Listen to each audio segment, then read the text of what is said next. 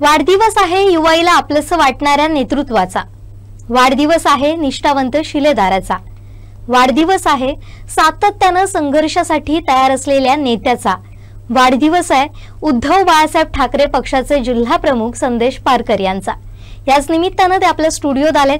त्यांच्या संघर्षमयी राजकीय प्रवास आणि अलीकडच्या वर्षात बदललेली राजकीय समीकरणं याबद्दल संवाद साधणार आहोत। आपलं स्वागत आणि सर्वात प्रथम आपल्याला वाढदिवसाच्या मनपूर्वक शुभेच्छा। पाहिलं तर राजकीय तुमची वाटचाल जी आहे ती कॉलेजपासूनच सुरू झालेली, पण तो संघर्ष आजतागायत सुरूच आहे जो तेव्हा सुरू झाला होता। मात्र असं असलं तरी मागे वळून बघताना आज काय वाटतं? खरं तर कॉलेजच्या चळवळीमधनच माझं नेतृत्व निर्माण झालं। माझा काही राजकीय वारसा नव्हता, सर्वसामान्य कुटुंबातनं मी या राजकारणामध्ये किंवा एक समाजकारणामध्ये आलो। खरं तर त्यावेळी कॉलेजच्या जीवनामध्ये त्यावेळी ज्या संघटना विद्यार्थी संघटना काम करत होत्या त्यावेळी NSYचं नेतृत्व मी त्या ठिकाणी केलं आणि ते नेतृत्व करत असताना खरं तर म्हणजे माझ्या नेतृत्वाची जडणघडण किंवा जी काही चॅलेंजेस आहेत, आव्हानं आहेत ती स्वीकारणं आणि त्यावेळीपासून खऱ्या अर्थानं ते माझ्या एक रक्तामध्ये भिनलं आणि तिथून मी विद्यार्थ्यांची चळवळ सुरू केली, संघटना उभी केली। तिथं मी जनरल सेक्रेटरी झालो आणि नंतर कणकवली शहराच्या राजकारणामध्ये आलो, तिथं सरपंच झालो, नंतर नगराध्यक्ष झालो आणि आजपर्यंत जो माझा राजकीय प्रवास आहे हा म्हणजे तिथून माझ्या नेतृत्वाची सुरुवात होती। आणि खरं तर म्हणजे एक जनतेनं त्यावेळी ते नेतृत्व स्वीकारलं आणि करता करता कॉलेजमधलं नेतृत्व हे आज जिल्ह्यापर्यंत महाराष्ट्राच्या याच्यापर्यंत त्या ठिकाणी नेतृत्व मोठं झालं आणि या जडणघडणीमध्ये माझ्या सगळ्या ज्यांनी मला त्या काळामध्ये सहकार्य केलं त्या सहकार्यांचा माझा फार मोठा वाटा त्याच्यामध्ये आहे। कणकवली शहरवासियांचा तितकाच वाटा आहे आणि जिल्ह्यातल्या सगळ्या माझ्या जिल्हावासियांचा आणि माझ्या सहकार्याचा वाटा आहे। त्यामुळे मी इथपर्यंत ही वाटचाल त्या ठिकाणी केली आणि त्यावेळी म्हणजे सुरुवातच जी माझी होती ती अशी संघर्षमय होती आणि संघर्षमय सुरुवातीमुळे म्हणजे ज्या मुशीत मी घडलो तेच संस्कार माझ्यावर झाले आणि मग तशाच परत तीच लढाई आजही तशाच पद्धतीनं मी लढण्याचा प्रयत्न त्या ठिकाणी माझा सुरू आहे। कधी यश मिळतं कधी अपयश मिळतं, पण मी काही खचलेलो नाही। सातत्यानं परत एका नव्या ऊर्जेतनं मी नव्या उत्साहानं परत त्या रणांगणामध्ये उतरतो आणि परत तोच संघर्ष, तीच लढाई आणि तोच जनतेचा आवाज पुन्हा एकदा घेऊन त्या ठिकाणी लोकांच्या समोर मी जातो। तुमच्यासारख्या पत्रकारांचं सुद्धा सहकार्य त्या निमित्तानं म्हणजे माझ्या जडणघडणीत तुमचा सुद्धा फार मोठा, सगळ्या पत्रकार मित्रांचा सुद्धा फार मोठा वाटा आहे। कारण त्यावेळीचं ही वृत्तपत्र हे म्हणजे लेखन करून त्या ठिकाणी लिहून त्या ठिकाणी दिलं जायचं किंवा वृत्तपत्रातनं यायचं। आता सोशल मीडियाच्या माध्यमातून आता चॅनल्स पर्यंतचा प्रवास त्या ठिकाणी झाला आणि परिस्थिती जी काही राजकीय त्यावेळची होती किंवा त्यावेळेचे जे राजकारण होतं किंवा त्यावेळेचा जो जिल्हा होता आणि आता 30-35 वर्षामध्ये झालेला बदल याच्यामध्ये फार मोठा त्या ठिकाणी फरक आहे। आणि म्हणजे जी वृत्तपत्र होती तीच या जिल्ह्यातलं महत्वाचं एक लोकांपर्यंत पोहोचण्याचं साधन होतं, पण आज 30-35 वर्षानंतर त्याच्यामध्ये फार मोठा बदल झाला। आज म्हणजे स्पर्धेचं युग आलं, वृत्तपत्रांचं रूपांतर चॅनलमध्ये त्या ठिकाणी झालं आणि आता नवीन तुमच्यासारख्या महाराष्ट्र आणि देशामध्ये आणि राज्यामध्ये पोचलेली चॅनल्स स्पर्धात्मक म्हणजे दैनिक कोकण सारखं एक म्हणजे ह्या सगळ्या परिस्थितीनुसार आजची परिस्थिती जी आहे ती बदलली। परत जे 30-35 वर्षामध्ये आमच्याबरोबर सहकारी म्हणून काम करत होते ते आज त्या ठिकाणी त्या प्रवाहात आहेत की नाहीत हा सुद्धा प्रश्न आहे आणि म्हणून हे सगळं करत असताना त्या पद्धतीनं आपल्याला त्या ठिकाणी अपडेट व्हावं लागतं। म्हणजे तिथं आपल्याला तशा पद्धतीनं समाजाच्या समोर आपल्याला त्या ठिकाणी समोर यावं लागतं आणि तो प्रयत्न गेली अनेक वर्ष मी करतोय आणि तुमची त्या तितक्याच सगळ्यांची तितकंच सहकार्य तितकीच साथ त्या ठिकाणी आहे। तुम्ही आता जसं म्हटलात की अनेक बदल तुम्ही अनुभवले, तर हे बदल तुम्ही किस्स्यांमधून जर तुम्हाला सांगायचे झाले तर असे कुठले आहेत जे आजही असं वाटतं की अरे त्यावेळी मी असं केलं असतं तर आज काहीतरी चित्र वेगळं झालं असतं? याबद्दल काय सांगा? नाही राजकारणात जर तरला काही त्या ठिकाणी किंमत नाही, म्हणजे राजकारणामध्ये कुठल्याही त्या ठिकाणी विषयामध्ये. त्यामुळे अनेक संध्या आल्या, अनेक संध्या आपण घेतलेल्या निर्णयामुळे चुकल्या, याचे परिणाम माझ्या जडणघडणीवर झाले. माझ्या संदेश पारकरची जी राजकीय कारकीर्द आहे त्या कारकिर्दीवर त्याची झाली. आणि त्यामुळे ज्या पद्धतीनं मला जे अपेक्षित होतं की मी त्या ठिकाणी जिल्ह्याचं नेतृत्व करावं किंवा त्या मतदारसंघाचं नेतृत्व करावं आणि माझ्या हातात त्या ठिकाणी सत्ता त्या ठिकाणी येईल, संधी येईल आणि मी काहीतरी जिल्ह्याच्या विकासासाठी किंवा जिल्ह्यातल्या जनतेसाठी काहीतरी करेन, असा जो माझा जो प्रयत्न होता तो प्रयत्न आजही त्या ठिकाणी यशस्वी झालेला नाही. पण माझा प्रयत्न आहे की कधी ना कधी मला त्या ठिकाणी संधी मिळेल आणि लोकांच्या विश्वासास पात्र असणारं काम किंवा लोकांना जे अपेक्षित आहे अशा प्रकारचं काम माझ्या हातातनं करायचा माझा एक मानस आहे. बघू, गेली अनेक वर्ष ही लढाई सुरू आहे आणि दरवर्षी वाढदिवसाच्या निमित्तानं म्हणा किंवा कार्यक्रमाच्या निमित्तानं आपल्या चॅनलवर किंवा वृत्तपत्रकारांशी संबंध त्या ठिकाणी किंवा चर्चा होत असते, संवाद होत असतात. त्यावेळी हा विषय येतो, कारण सगळ्या माझ्या पत्रकार मित्र असतील, माझे राजकारणातले सहकारी असतील, या जिल्ह्यातली जनता आहे की ज्यांना संदेश पारकरांच्याबद्दल एक कुतूहल आहे आणि त्यांना वाटतं की संदेश पारकरांसारखं नेतृत्व म्हणजे जे आपल्या मनाचं नेतृत्व, म्हणजे प्रत्येक जे सामान्य माणसाचं जे मन आहे त्या मनाचं नेतृत्व म्हणजे संदेश पारकर आणि ते मोठं व्हावं. अर्थात मी ह्यालाच पकडून एक पुढचा प्रश्न विचारेन. आज संदेश पारकर यांच्याकडे कुठलं पद असो वा नसो, मात्र चर्चा याच नावाची होते किंवा एक जो दबदबा सिंधुदुर्गच्या राजकारणात आम्हाला बघायला मिळतो तो याच नावाच्या भोवती सुद्धा फिरत असतो. तर हे कसं जमवून आणतं?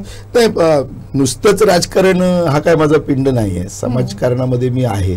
सातत्यानं वेगवेगळ्या जे म्हणजे सामाजिक विषय आहेत, राजकीय विषय आहेत, या विषयामध्ये मी सातत्यानं त्या ठिकाणी असतो. म्हणजे कला असेल, क्रीडा असेल, शिक्षण असेल, आरोग्य असेल आणि सिंधुदुर्गाचा विकास, या याच्यामध्ये माझी भूमिका म्हणजे जनतेची भूमिका मी माझ्या पद्धतीने त्या ठिकाणी मांडत असतो. अलीकडे काय झालंय की म्हणजे संवेदना जनतेची कमी झाल्याचं दिसतं. म्हणजे आजची जी परिस्थिती आहे की लोकांना जो अपेक्षित आहे हा विकास त्या ठिकाणी झालेला नाही आणि लोकांना या सगळ्या ह्याचा म्हणजे कुठेतरी उद्रेक आहे, संताप आहे, पण कुठेतरी तो व्यक्त होताना दिसत नाही. कुठेतरी थोडासा छुपा दहशतवाद, थोडासा दबाव, एक राजकीय दबाव हा जनसामान्यावर आहे. कारण प्रत्येक जो घटक आहे या जिल्ह्यातला हा कोणावर तरी त्या ठिकाणी अवलंबून आहे. म्हणजे एखादा कामगार असेल तर तो कोणावर तरी अवलंबून आहे, एखादा शेतकरी आहे हा कोणावर त्या ठिकाणी अवलंबून आहे किंवा सरकारी कर्मचारी असतील, हे कोणावर ना कोणावर तरी अवलंबून आहेत, म्हणजे डिपेंड आहेत. आणि त्यामुळे त्यांना जरी त्यांच्या मनात जरी असलं तरी त्यांना म्हणजे ते संवाद सुद्धा, चर्चा सुद्धा त्या ठिकाणी विरोधामध्ये जाऊन करू शकत नाही. ही एक राजकीय भीती, अशा प्रकारचा एक छुपा दहशतवाद हा जिल्ह्यामध्ये त्या ठिकाणी जाणवतो. पण अशी काहीच माणसं असतात हाताच्या बोटावर असतात की ती निर्भीडपणे आपली भूमिका मांडतात. त्याच्यामध्ये काय आपले संबंध किती त्या ठिकाणी जपले जातात किंवा किती त्या ठिकाणी खराब होतात याचाच विचार न करता जे वास्तव आहे, जे जनतेच्या मनामध्ये आहे ते कुठेतरी समाजाच्या समोर आलं पाहिजे, ही भूमिका मांडणारी काही मोजकी मांडणे, त्याच्यामध्ये माझा तो एक प्रयत्न असतो. आणि त्यामुळे जे काय वास्तव आहे ते वास्तव लोकांपर्यंत पोहोचवण्याचा प्रयत्न आणि जिल्ह्यातल्या जस्ट माझं म्हणणं की संवेदना. काय झालं, अलीकडे राज्यकर्त्यांना जनतेची भीती राहिलेली नाही. पूर्वी कसं असायचं की जो मतदार आहे किंवा जिल्ह्यातला जो जिल्हावासी आहे याची भीती राज्यकर्त्यांना असायची. जर समजा आपण त्या ठिकाणी काही चुकीचा कारभार केला किंवा चुकीच्या पद्धतीनं जर जनतेशी त्या ठिकाणी वावरलो तर त्याचा परिणाम राजकारणामध्ये होऊ शकतो किंवा सत्ता बदलामध्ये होऊ शकतो. आणि त्यामुळे थोडीशी भीती राज्यकर्त्यांनी जनतेची असायची. पण अलीकडच्या काळामध्ये जो धनशक्तीचा वापर या सगळ्या राजकारणामध्ये सामदाम दंडभेद याचा जो वापर व्हायला लागला त्याच्यामुळे त्या ठिकाणी जे जनमत आहे त्याच्या ज्या संवेदना आहेत ह्या कुठंतरी समाजाच्या समोर येत नाही. म्हणजे ते त्या ठिकाणी सगळं आहे ती परिस्थिती स्वीकारतात, मूकपणे त्याला संमती देतात आणि असलेल्या कारभाराला मान्यता देतात आणि पुन्हा तेच लोक त्या ठिकाणी त्याच पदावर त्या ठिकाणी येतात. म्हणजे त्यामुळे कोणाला त्या ठिकाणी हे सगळं सांगणार आणि कोणाकडनं त्या ठिकाणी बदल अपेक्षित आहे, अशा प्रकारचं असं एक वेगळं वातावरण त्या जिल्ह्यामध्ये आजच्या परिस्थितीमध्ये आहे. आणि त्यामुळे जे वास्तव आहे जिल्ह्यातल्या जनतेच्या मनामधली जनतेची जी स्वप्न आहेत, जनतेला विकासाच्या बाबतीत असेल, रोजगाराच्या बाबतीत असेल, महागाईच्या बाबतीत असतील, सगळे जे त्यांना जाणवणारे जे प्रश्न आहेत, भेडसावणारे रोजचे प्रश्न आहेत, या प्रश्नावर आज जिल्हावासीय किंवा समाज व्यक्त होताना आपल्याला दिसत नाही. काय कारण तो स्वीकारतोय. कारण त्यात मी मगाशी म्हणालो की थोडासा राजकीय दबाव, थोडासा छुपा दहशतवाद हा जिल्ह्यातल्या या सगळ्या यंत्रणांवर, या सगळ्या घटकांवर आहे. आणि त्यामुळे जरी मनासारखी परिस्थिती नसली, जिल्ह्यामध्ये घडत जरी नसतं, तरी त्याला ते स्वीकारावं लागतं. ही अपरिहार्यता आज जनतेच्या समोर त्या ठिकाणी निर्माण झालेली. पण माझं असं म्हणणं आहे की जे वास्तव आहे ते वास्तव जनतेसमोर मांडणं, म्हणजे आज सगळीकडे बघा विकास कामं सुरू आहेत, पण त्या विकास कामांवर कोणाचा कंट्रोल नाही. म्हणजे कोण त्या ठिकाणी ती निविदा भरतोय, कोण त्या ठिकाणी त्या कशा पद्धतीने ती निविदा मिळवतो, किती जास्त दराने ती निविदा मिळते, त्याच्यानंतर ते काम त्या ठिकाणी कोण करतंय, त्याच्यानंतर त्याच्यावर ते जे काम आहे ते अतिशय निकृष्ट दर्जाचं होतं. आणि कोट्यवधी रुपयाचा भ्रष्टाचार किंवा कोट्यवधी रुपयाच्या लोकांच्या पैशाची लूट ही या जिल्ह्यामध्ये सगळीकडे त्या ठिकाणी होताना दिसते. म्हणजे जर तो पैसा योग्य पद्धतीनं खर्च केला गेला तर त्या ठिकाणी चांगलं काम या जिल्हावासियांना त्या ठिकाणी अनुभवता येईल. कालचा रस्ता जर आपण यावर्षी रस्ता केला तर तो पुढच्या वर्षी रस्ता नसतो, पावसामध्ये वाहून जातो. एवढ्या निकृष्ट दर्जाचा रस्ता आहे. म्हणजे एकीकडे कोट्यवधी रुपयाचा निधी आणायचा, तो खर्च करायचा, आणि त्याच्यामधनं त्या ठिकाणी तो खर्च करत असताना कुठलेही नियम बाळगायचे नाहीत. पूर्णतः त्या ठिकाणी दुरावस्था, निकृष्ट काम, अशा पद्धतीनं हे सगळं चालू आहे. म्हणजे याला कोणच त्या ठिकाणी विचारणारा नाही. मग याला नेमकं जबाबदार कोण? आणि हे असं रोखायचं असेल तर लोकप्रतिनिधी म्हणून आपण काय भूमिका घ्यायला हवी असं वाटतं? ज्या ठिकाणी आम्हाला समजतं किंवा या चुकीचं चाललंय तोपर्यंत आम्ही तिथपर्यंत पोहोचतो आणि त्याची चर्चा किंवा त्याच्यावर आवाज उठवण्याचा प्रयत्न करतो.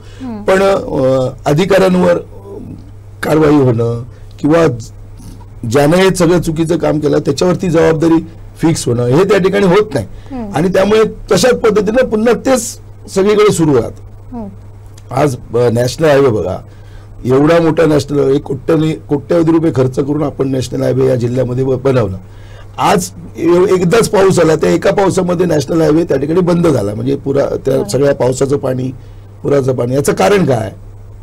म्हणजे ज्यावेळी जर कोकणामध्ये मोठ्या प्रमाणात पाऊस पडतो आणि जर तो पाऊस पडतो त्या पाण्याचा योग्य जर निचरा होण्या पद्धतीनं जर रस्त्याचं काम केलं असतं तर अशा प्रकारचे प्रसंग, म्हणजे जवळजवळ एक दिवस हायवे बंद राहतो. म्हणजे खरं तर म्हणजे हे नियोजन, पडणारा पाऊस कशामुळे त्या ठिकाणी हायवेला नुकसान होणार आहे, भागात सुद्धा पाणी शिरलंय. हा, मग त्यावेळी माझं म्हणणं की ही जी काय अतिवृष्टी आहे त्याच्यामधनं हे जे सगळे प्रसंग निर्माण होतात, लोकांच्या घरामध्ये पाणी जातं, अनेक लोकांची घरं जमीनदोस्त होतात, फार मोठं नुकसान त्या ठिकाणी. सरकारी मदत ही तुटपुंजी असते. जर समजा उद्या पंचनामा झाला आणि सरकारने मदत केली तर ती तुटपुंजी असते. पण त्यांनी जो सगळा संसार उभा केलेला असतो तो त्या एका पावसामध्ये त्याच्या पाण्यामध्ये त्या ठिकाणी वाहून जातो. म्हणजे सांगण्याचं तात्पर्य काय, याला कोण जबाबदार आहे? या सगळ्या अतिवृष्टी, निसर्गाची जो कोप आहे ती नैसर्गिक सगळं हे आहे, नुकसान आहे.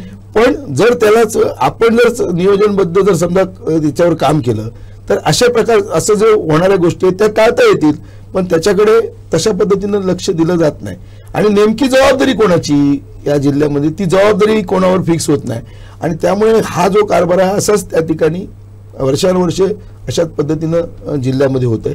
आणि म्हणून याचं जर समजा योग्य नियोजन झालं आणि अशा प्रकारचे प्रकार घडता कामा नये. समजा अतिवृष्टीमुळे कोणाच्या घरात घर एखाद्याचं जो बेघर होता कामा नये, पाणी घरात शिरता कामा नये, भ्रष्टाचार होऊन त्या ठिकाणी अशा प्रकारची निकृष्ट दर्जाची कामं होता कामा नये. मग ते कुठचंही धरणाचे प्रकल्प असतील, रस्ते असतील, जे समजा जलजीवन मिशनची कामं असतील, ज्या पंतप्रधान ग्राम सडक योजनेची असतील, मुख्यमंत्री सडक योजनेची, सगळ्या कामांमध्ये अशा प्रकारचे प्रकार झाले. म्हणजे कोट्यवधी रुपयाचा निधी येतो पण तो योग्य पद्धतीनं खर्च होत नाही.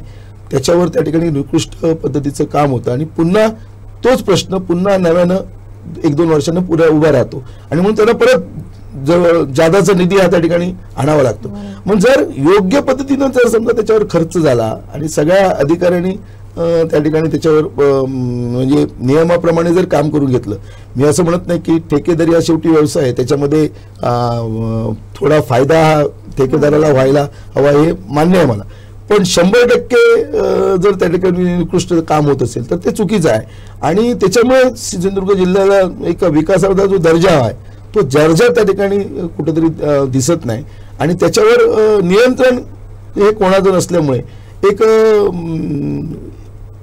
म्हणजे सहजपणे त्या ठिकाणी केलं जाते. म्हणजे त्याचा कुठेतरी वेग नाही. माझं म्हणणं असं की याच्यावर जर सगळं योग्य काम झालं तर जिल्ह्याचा म्हणजे जो विकास आज जो होतोय, मोठ्या प्रमाणात जो निधी येतोय तो योग्य पद्धतीने खर्च झाला तर जिल्हावासियांना याचा फायदा होईल आणि खऱ्या अर्थाने या जिल्ह्याचा विकास होईल. म्हणजे नियोजन करणं आणि योग्य पद्धतीनं त्या त्या ठिकाणची जबाबदारी त्या त्या व्यक्तीवर देणं हे कुठेतरी गरजेचं आहे होताना. पण सर आज आपण बघतोय तर विकासाची व्याख्या म्हणजे अनेकांच्या दृष्टीनं अशी असते की रस्ते बांधले म्हणजे विकास झाला, पण हे एवढंच सिंधुदुर्गाला पुरेसं नाहीये. सिंधुदुर्गात आज रोजगाराचा प्रश्न असेल, आज आपला युवक रोज उठतोय तो गोवा, मुंबई, पुण्यात जातोय. त्यानंतर दुसरीकडे आपण पाहिलं तर शिक्षणाचा प्रश्न आहे, आरोग्याचा प्रश्न आहे, हॉस्पिटलांची इमारती आहेत पण तिथे अधिकारी नाही आहेत, डॉक्टर्स उपलब्ध नाही आहेत. त्यानंतर जेव्हा बायका प्रेग्नेंट असतात तेव्हा त्यांच्या डिलिव्हरीच्या सुद्धा अनेक समस्यांना सामोरं जावं लागतं. त्या शासकीय न होता अनेकांना खासगी रुग्णालयात जावं लागतं, तिथं पैसे मोडावे लागतात. सामान्यांना हे परवडणारं नाहीये. मग संदेश पारकर यांच्या मते विकासाची व्याख्या नेमकी काय आहे? नाही, माझं आधी म्हणणं असं की ही जबाबदारी कोणाची?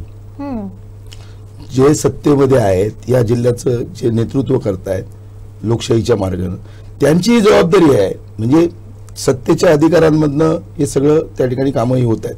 माझं म्हणणं ज्या जिल्हावासियांच्या ज्या गरजा आहेत, मगाशी तुम्ही जे सगळं याच्यामध्ये सांगितलं, आरोग्याच्या संदर्भामध्ये, शिक्षणाच्या संदर्भामध्ये आहेत, बेरोजगारीच्या संदर्भामध्ये आहेत, आणि नुसतंच रस्ते बांधले किंवा त्याच्यामधनं विकास झाला असंही मानणाऱ्यापैकी मी नाही. माझं तेच म्हणणं की जिल्हावासियांना जो विकास अपेक्षित आहे की त्यांना त्या ठिकाणी आर्थिक सक्षमता त्यांना आली पाहिजे. त्यांच्या प्रत्येक कुटुंबाला त्या ठिकाणी आर्थिक सक्षमता आली पाहिजे. आज माझ्या जिल्ह्यामध्ये पर्यटनाच्या माध्यमातून जिल्ह्याचा विकास होऊ शकतो. शेतकरी त्या ठिकाणी फार मोठ्या प्रमाणात शेतकऱ्यांवर विशेष असं लक्ष केंद्रित केलं तर शेतकरी जर सक्षम झाला तर या जिल्ह्यामध्ये म्हणजे शेती आहे, फळबागायतदार आहे, आंबा आहे, काजू, सुपारी, नारळ आहे, याच्यामधनं आहे, मच्छीमार आहेत. मच्छीमारी हा एक मोठा व्यवसाय या जिल्ह्यामधला आहे.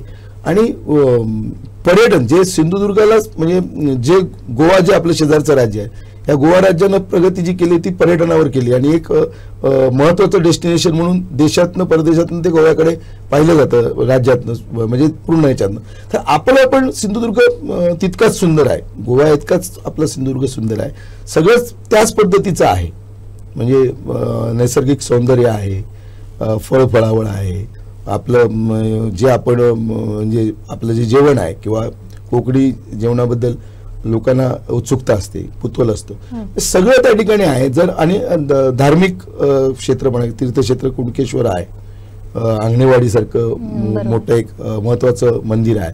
आणि म्हणून गावागावामध्ये सुद्धा अनेक मंदिरं ही महत्वाची मंदिरं आहेत. त्यामुळे धार्मिक पर्यटन सुद्धा जे आहे, या पर्यटनाला सुद्धा जर आपण जोड दिली, म्हणजे कुणकेश्वरासारखं तीर्थक्षेत्र, आंगणेवाडी सारखी यात्रा, तर त्या ठिकाणी या सगळ्यामधनं जर सिंधुदुर्गाचं मध्ये जर त्या ठिकाणी विकास झाला, या सगळ्यांचा विचार डोक्यात घेऊन, कारण आज सी वर्ल्ड सुद्धा पर्यटन जर वाढीला लागलं, जिल्ह्यामध्ये सी वर्ल्ड जे होणार आहे ते झालं पाहिजे. एकीकडे आपण विमानतळ, या राज्याचे माजी मुख्यमंत्री उद्धवसाहेब ठाकरे असताना या जिल्ह्यामध्ये चिपीचं विमानतळ झालं. त्याच्यानंतर नॅशनल हायवे सिंधुदुर्ग ते रत्नागिरी जिल्ह्यापर्यंत झाला. मेडिकल कॉलेज आणि सुसज्ज हॉस्पिटल हे जे 966 कोटी रुपयाचं आहे, हे सुद्धा माननीय मुख्यमंत्र्यांनी त्यावेळी मंजूर केलं. आज ते त्या ठिकाणी मेडिकल कॉलेज आणि हॉस्पिटल होते. माझं असं म्हणणं की असा विकास होणं गरजेचं आहे, म्हणजे जो शाश्वत, जो जिल्हावासियांना खऱ्या अर्थानं विकासाकडे नेईल. इथंच या जिल्ह्यामध्ये त्या ठिकाणी रोजगार निर्माण होईल आणि जिल्हावासियांचा जे आर्थिक दृष्ट्या जे सक्षम व्हायचे, तो जर प्रयत्न झाला, म्हणजे जिल्ह्यामध्ये आता रत्नागिरी जिल्ह्यामध्ये सुद्धा फार मोठ्या प्रमाणात इंडस्ट्री आहे, पण आपल्या जिल्ह्यामध्ये नाही.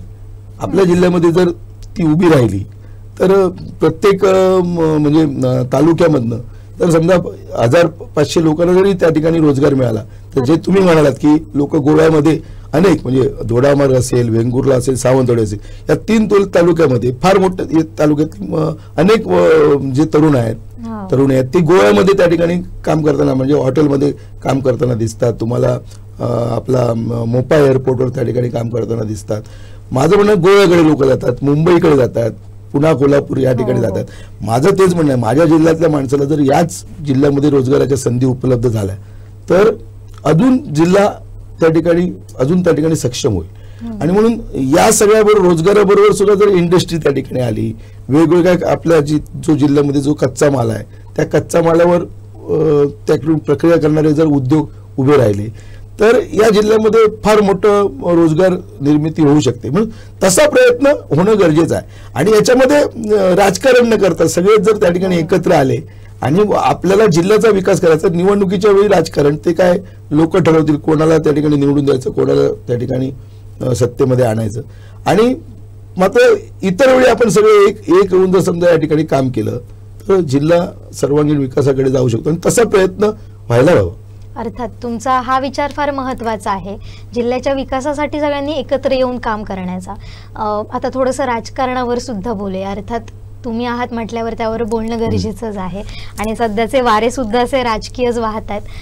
तर सर, आज अनेकदा सोशल मीडियातून जास्त करून विरोधक टीका करतात तुमच्यावर, तुमच्या पक्ष बदलल्यामुळे. म्हणजे मागच्या काही राजकीय प्रवासात पक्ष बदलले गेले, काही कारणं असतील त्याला. पण जेव्हा अशा टीका होतात तुमच्यावर, कसं या टीकेला तुम्ही सामोरं जाता? मला एक सांगा, आज जिल्ह्यातल्या सगळ्या राजकारण्यांकडे आपण बघा, काही ठराविक लोक असतील की जे पक्षावर प्रामाणिक आहेत, पण सगळी जी आज राजकारणाच्या केंद्रस्थानी आहेत यांनी अनेक पक्ष बदललेले आहेत. फक्त अडचण एकच आहे, संदेश पाळकरनी पक्ष बदलून ते यशस्वी झाले नाहीत, बाकीचे लोक यशस्वी झाले. त्यामुळे त्यांनी केलेल्या बदलाचा लोक विचार करत नाहीत, कारण ते आज सत्तेमध्ये आहेत, सत्तास्थानावर आहेत. पण संदेश पाळकरनी जे कदाचित काही निर्णय मी योग्य घेतले असतील, काही चुकीचे असतील, त्याचा परिणाम मी मगाशीच म्हणालो की माझ्या राजकीय नेतृत्वावर झाला, मला त्या ठिकाणी संधी निर्माण होऊ शकली नाही. पण ठीक आहे, याचा अर्थ की मीच एकटा या जिल्ह्यामध्ये अनेक पक्ष बदलले असा नाही आहे. सगळे जर नेतृत्वाकडे आपण ज्या पक्षाची जी नेतृत्व आज उभे आहेत, हाताच्या बोटावर मोजणे इतके लोक सोडले तर बाकी सगळ्यांनीच त्या ठिकाणी सातत्यानं पक्ष बदल त्या ठिकाणी केलेले आहेत. फक्त ते यशस्वी झाले, त्यामुळे त्यांचा विचार म्हणजे त्यांनी किती पक्ष बदलले हा प्रश्न जनतेच्या समोर येत नाही.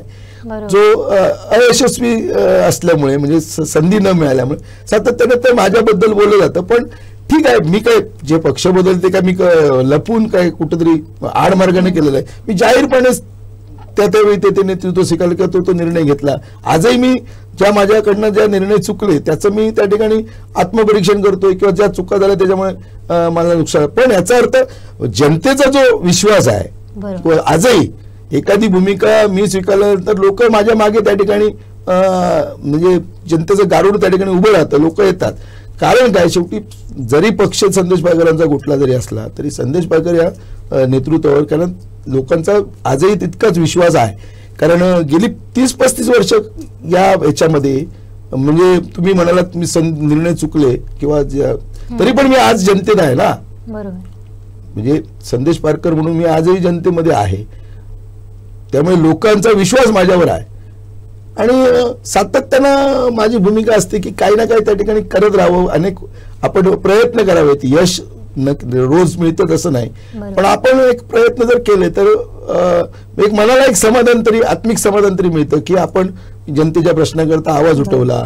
अनेक प्रश्न मी माझ्या नेतृत्वाच्या म्हणजे गेल्या 35 वर्षामध्ये सांगत नाही, पण अलीकडचे 1-2 विषय सांगतो. जो आज कणकवली, वैभववाडी, गगनबावडा, करूळ जो घाट आहे, हा घाट मंजूर व्हावा आणि तो पश्चिम महाराष्ट्राला जोडणारा एक महत्वाचा मार्ग आहे सिंधुदुर्ग जिल्ह्यातला. आणि त्याच्यामुळे अनेक व्यापारी असतील, प्रवासी असतील, पर्यटक असतील, यांना सातत्यानं तो महत्वाचा वाटतो आणि सोयीचा वाटतो. हा मार्ग व्हावा म्हणून आम्ही जवळजवळ माझ्या नेतृत्वाखाली शिवसेनेच्या माध्यमातून जवळजवळ आम्ही एक मोठी पदयात्रा 21 किलोमीटरची पदयात्रा आम्ही काढली. हजारो लोक त्या पदयात्रेमध्ये चालत 21 किलोमीटर लोक चालत होते, पदयात्रेमध्ये सहभागी झाले. आणि किती तो गरजेचा आहे, महत्वाचा आहे आणि झाला पाहिजे ही भूमिका त्या ठिकाणी आम्ही घेतली. आणि लगेचच त्या ठिकाणी तो रस्ता मंजूर झाला. जवळजवळ 250 कोटीची निविदा त्या ठिकाणी लागली आणि ते काम त्या ठिकाणी सुरू झालं. म्हणजे ती गरज होती. आम्ही आंदोलन केलं, आम्ही पदयात्रा केली, सरकारचं लक्ष त्याकडे वेधलं, खासदार विनायक राऊत साहेब असतील, आमदार वैभव नाईक यांना सांगितलं, तो मंजूर झाला. पण आज परत तो झालेलं काम किती निकृष्ट दर्जाचं आहे, कारण पूर्ण रस्ता त्या ठिकाणी कोसळला. आजही घाट गेली 6 महिने बंद आहे. पुन्हा त्या विषयावर त्या ठिकाणी जाऊन आवाज उठवण्याचं काम मला त्या ठिकाणी करावं लागलं. म्हणजे सांगण्याचं तात्पर्य काय, हा एक विषय झाला.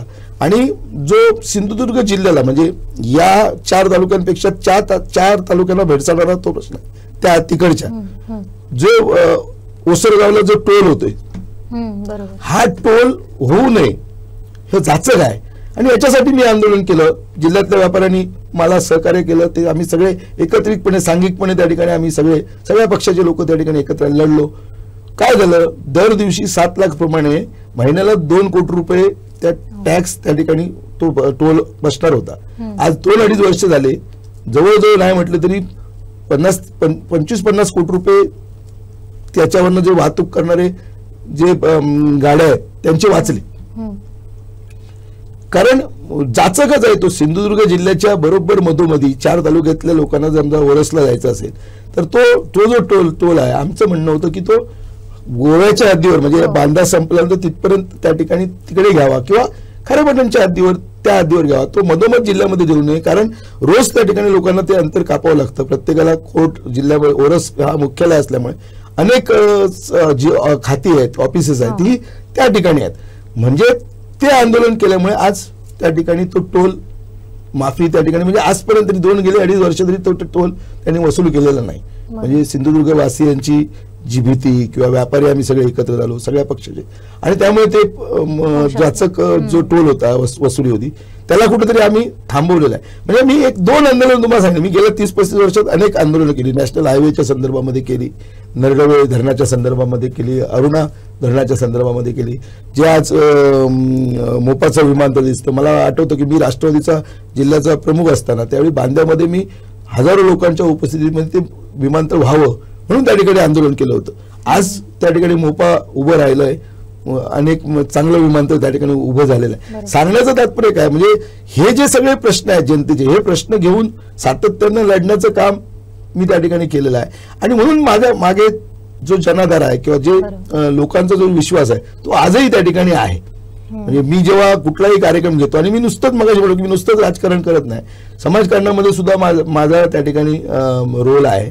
मी सातत्यानं त्या काळामध्ये जवळजवळ तेव्हा अवेअरनेस नव्हता रक्तदानाचा, त्यावेळी मी जवळजवळ 500 पेक्षा अधिकच्या बाटल्या माझ्या रक्तदानाच्या दिवशी 14 जुलैला त्या ठिकाणी मी जमवायचो.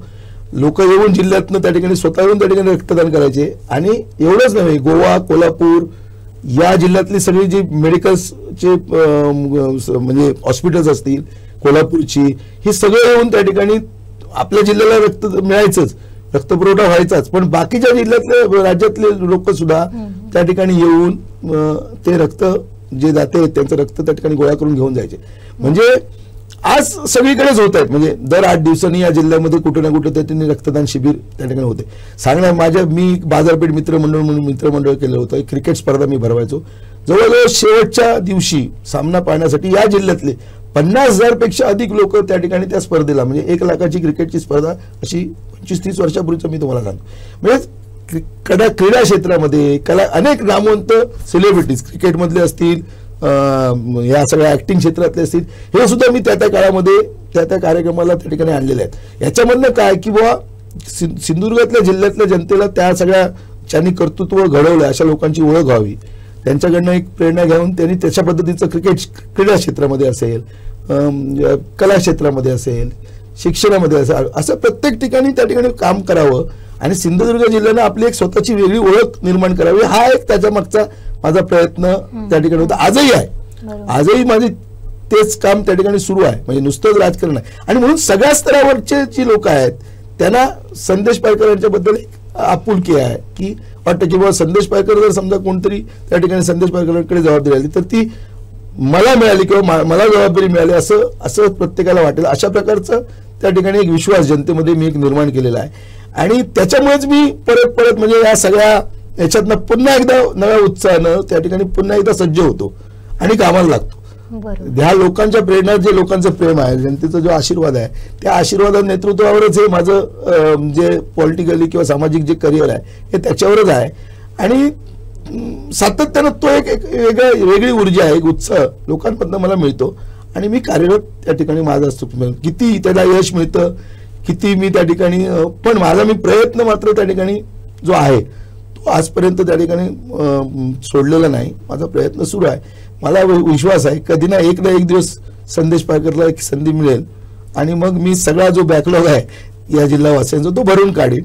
आणि नक्कीच की आपला एक जिल्ह्याचा एक वेगळा आवाज असला पाहिजे. म्हणजे महाराष्ट्रामध्ये बघा आणि अनेक लोक म्हणजे शेतकरी असतील, समजा कापूस पीक असेल, कांद्याचं पीक असेल, ऊसाचं पीक असेल, या सगळ्या पिकांना अनुदान मिळतं, हमीभाव मिळतो, त्यांना त्यांची सगळी कर्ज माफी होतात. पण आपल्या जिल्ह्यातल्या समजा काजू उत्पादक आहे, आपल्या जिल्ह्यातला आंबे उत्पादक आहे, काजूचा उत्पादक, नारळ सुपारीचा उत्पादक आहे, किंवा जी सगळी शेत पिकं फळबागातनं घेतो, त्याला कोण आज ताकद देतो काय त्याचे माझ्या वाटत नाही. म्हणजे जे महाराष्ट्रामध्ये इतर जिल्ह्यामध्ये त्यांना जो फायदा होतो तो माझ्या जिल्हावासीयांना होत नाही. मच्छीमारांचं किती त्या ठिकाणी ते सातत्यानं त्यांना नुकसानीला सामोरं जावं लागतं. मग त्या मच्छीमारांना ताकद, शेतकऱ्यांना ताकद, हे आंबा बागायतदार, काजू बागायतदार, या सगळ्यांना जर समजा एक ठोस असं त्या ठिकाणी काही ना काही अनुदान मिळालं, एक म्हणजे त्यांना हमीभाव मिळाला, तर आमच्या शेतकऱ्यांच्या दरडोई उत्पन्नामध्ये त्या ठिकाणी वाढ होईल. आणि जर प्रत्येक घटकाला जर ताकद मिळाली, कारण सत्तेच्या माध्यमातून अनेक महाराष्ट्रातल्या अनेक जिल्ह्यामध्ये ते लाभ घेत आहेत, ते शेतकरी किंवा तो घटक त्या भागामध्ये लागू होतो, मग आपल्या जिल्ह्यामध्ये का होत नाही. मग माझं म्हणणं, जे कोण सत्ताधीश आहेत किंवा ज्यांच्या हातामध्ये सत्ता जनतेने दिली, त्या राज्यकर्त्यांना एक दृष्टी असली पाहिजे, एक विजन असलं पाहिजे. त्याच्यातनं जनतेचे जर प्रश्न त्या ठिकाणी सोडवले तर जनतेचा आशीर्वाद कायमस्वरूपी मिळेल. आज काय झालंय, निवडणुका आल्या की शेवटच्या दिवसामध्ये धनशक्तीचा वापर होतो आणि जो जास्त धनशक्ती देतो त्या माणसाचा विजय होतो. पण ह्याच्यामधनं जिल्ह्याचा विकास हा थांबला ना. जिल्ह्याच्या एका दिवसाचा फायदा कुठेतरी मतदाराचा समजा होत असेल, पण जो कायमस्वरूपी व्हायला पाहिजे तो फायदा होताना या जिल्ह्यामध्ये दिसत नाही. आणि म्हणून जिल्ह्यातल्या जनतेनं कुठेतरी म्हणजे त्यांना काय हवं हा सुद्धा त्यांचा एक प्रश्न आहे. त्यांना जे योग्य वाटते तसा ते निर्णय घेत आहेत. आणि जर त्यांच्या दृष्टीने जर ते योग्य असेल तर मगाशी मी म्हणालो की संवेदना जर नसतील तर मग आपण त्याच्यावर काही बोलू शकत नाही. जे लोकांना मान्य आहे ते आपल्याला मान्य आहे असं करून आपल्याला चालवावं लागेल.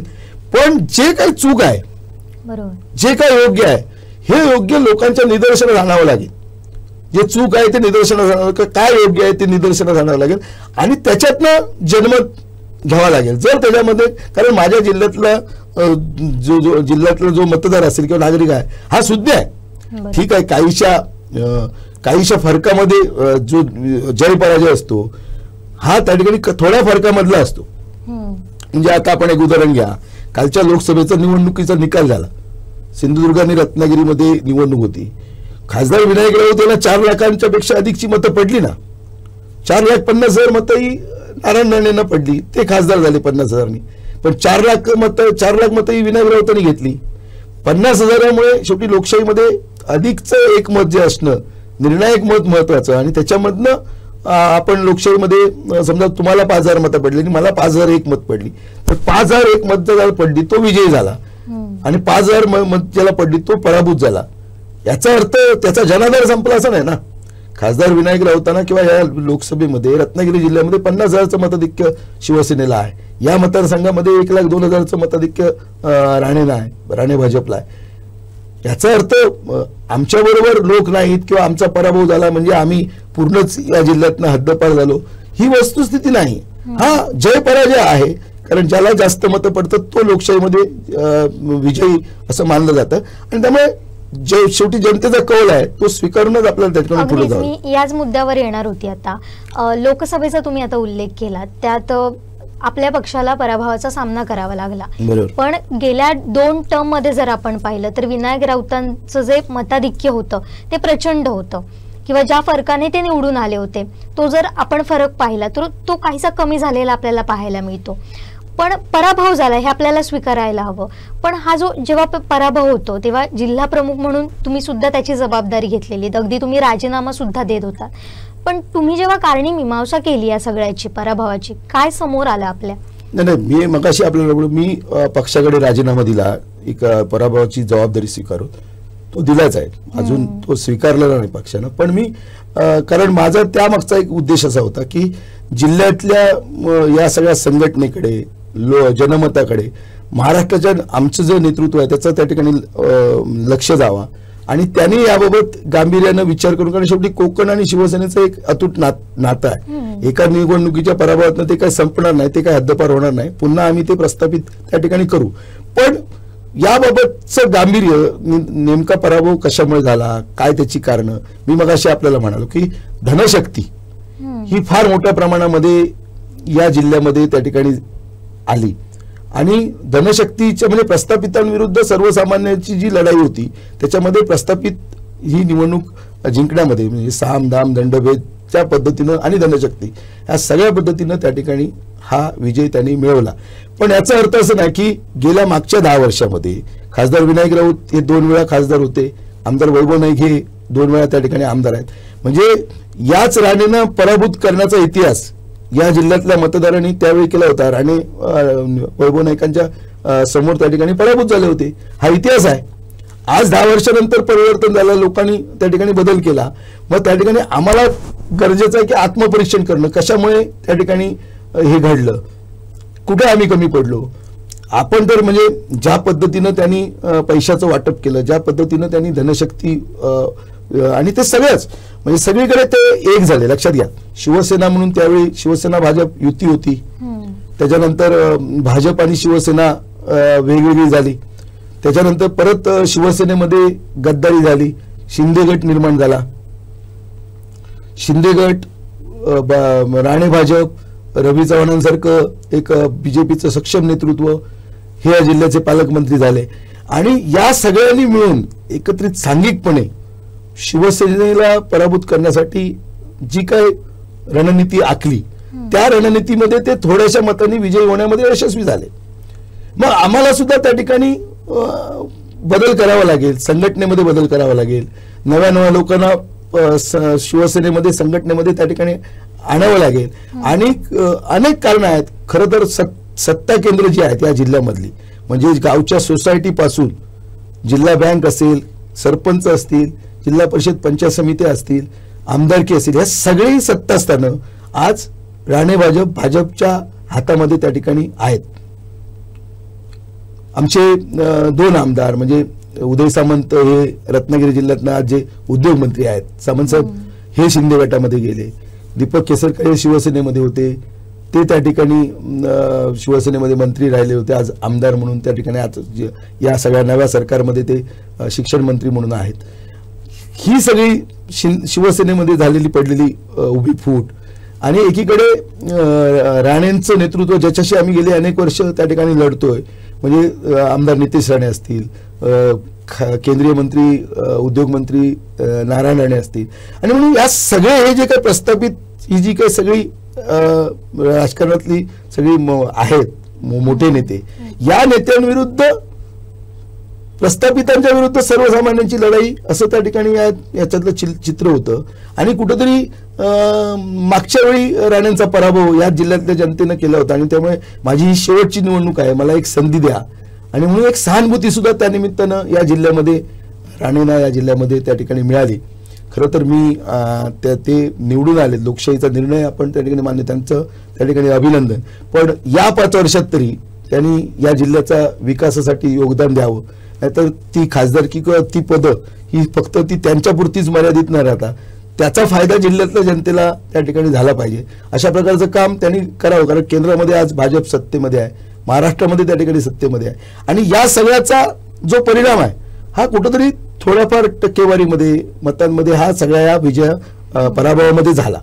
पण याचा अर्थ मी मगाशी म्हणालो की खासदार विनायक राऊतांनी इतका जनसंपर्क ठेवलेला होता, एवढा विकास या जिल्ह्यामध्ये या मतदारसंघामध्ये केलेला होता आणि त्यांनी फार मोठी मेहनत या लोकसभेच्या निवडणुकीसाठी घेतलेली होती, पण कुठेतरी धनशक्तीचा फार मोठ्या प्रमाणात वापर झाला. आणि मी मगाशी म्हणालो आपल्याला की एक छुपा दहशतवाद या जिल्ह्यातल्या जनतेवर जो आहे, जो राजकीय दबाव, या दबावाचा सुद्धा फायदा हा त्या ठिकाणी विरोधकांना झाला आणि म्हणून त्या ठिकाणी हे जिंकलेत. पण तरी सुद्धा आज जर आपण पाहिलं कणकवली मतदारसंघामध्ये सुद्धा 50 ते 55,000 मतं ही शिवसेना महाविकास आघाडीला आहे.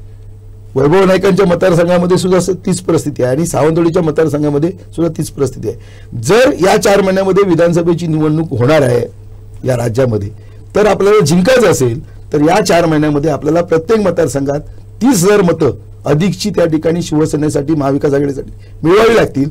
त्याचा जर योग्य पद्धतीने जर प्रयत्न आपण करू तर नक्कीच या जिल्ह्यामध्ये सुद्धा परिवर्तन पुन्हा एकदा होईल. शिवसेना महाविकास आघाडीच्या हातामध्ये सुद्धा सत्ता त्या ठिकाणी येऊ शकते. कारण जे निकाल ग्रामपंचायतीच्या निवडणुकीत झाले ते तुम्हाला लोकसभेच्या निवडणुकीत दिसले नाही ना. लोकसभेच्या निवडणुकीत महाराष्ट्रामध्ये जर आपण पाहिलं तर 48 पैकी 31 पेक्षा अधिकच्या जागा या महाविकास आघाडीला त्या ठिकाणी मिळाल्या. म्हणजे येणारं जे सत्ता या महाराष्ट्रातली, जर समजा सगळे एकत्रितपणे आदरणीय पवार साहेब असतील, आदरणीय राहुल गांधी साहेब असतील, आदरणीय उद्धव साहेब असतील, हे सगळे जर त्या ठिकाणी एकत्र आले आणि एक संघपणे जर समजा या सगळ्या महायुतीच्या विरोधामध्ये जर त्या ठिकाणी काम केलं तर या महाराष्ट्रामध्ये सुद्धा सत्ता त्या ठिकाणी येऊ शकते. अशी परिस्थिती आज या राज्यामध्ये आहे. आणि म्हणून बदल जे लोकसभेला झालं तेच विधानसभेला पुन्हा होईल असं नाही. लोक शेवटी प्रत्येक निवडणुकीमध्ये वेगवेगळ्या पद्धतीचं मतदान त्या ठिकाणी करतात. फक्त आपल्याला लोकांमध्ये जाऊन आपला विचार, आपली संघटना, आपली भूमिका त्या ठिकाणी जाऊन समजावून सांगावी लागेल. पुन्हा एकदा लोकांना आपल्या प्रवाहात आणण्यासाठी प्रयत्न केला आणि येणारा जो काळ आहे या 4 महिन्यामध्ये फार मोठी मेहनत ही संघटनेच्या वाढीसाठी, लोकांच्या मतपरिवर्तनासाठी त्या ठिकाणी घ्यावी लागेल.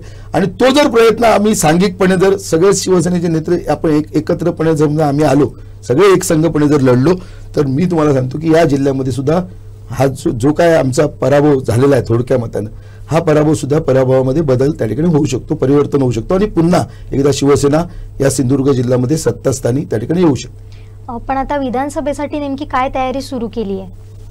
खरं तर तिन्ही मतदारसंघामध्ये अनेक इच्छुक उमेदवार आहेत.